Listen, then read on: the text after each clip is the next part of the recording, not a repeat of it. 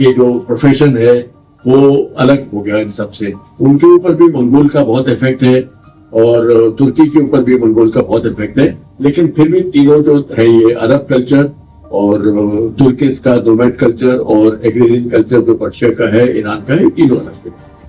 Sir Iran भी मुस्लिम nation है और अरब भी मुस्लिम नेशन है, बट ये दोनों अलग कैसे हैं?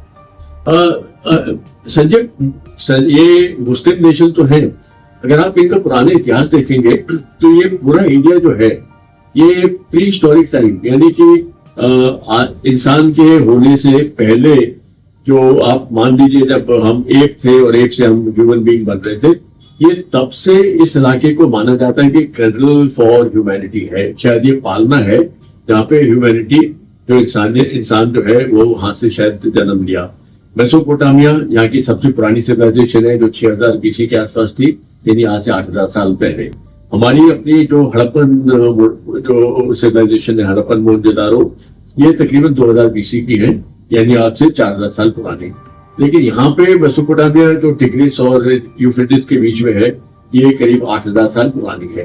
प्री हिस्टोरिक टाइम के यहाँ जो हमको अवशेष मिल रहे हैं, हमको अवशेष मिले हैं सऊदी अरेबिया के अंदर जो शायद 2 लाख साल पुराने भी हो, ईरान के अंदर 8000 साल 10,000 साल पुराने हमको अवशेष मिले हैं, तुर्की में तो 1,25,000, लेबनान में भी 1,25,000, जेरूसलम के अंदर बहुत पुराने अवशेष मिले हैं, वो भी 1-1 लाख साल पुराने हमको मिले हैं।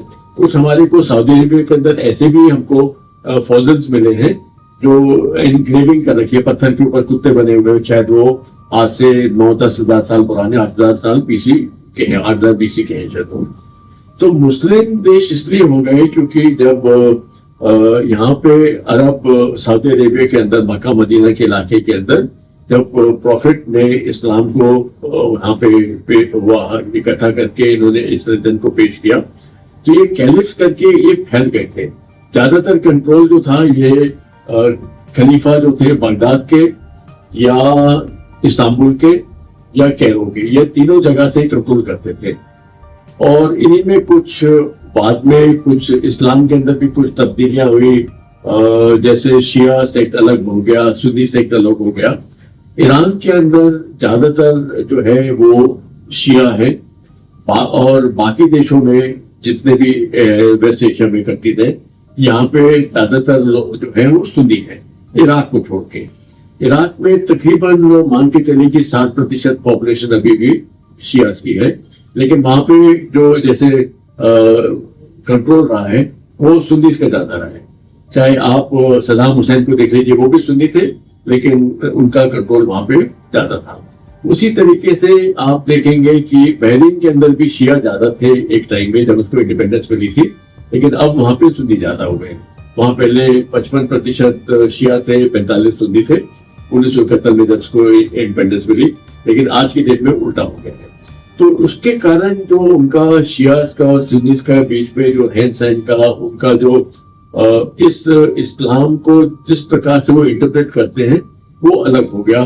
तो ईरान जो है वो शिया है।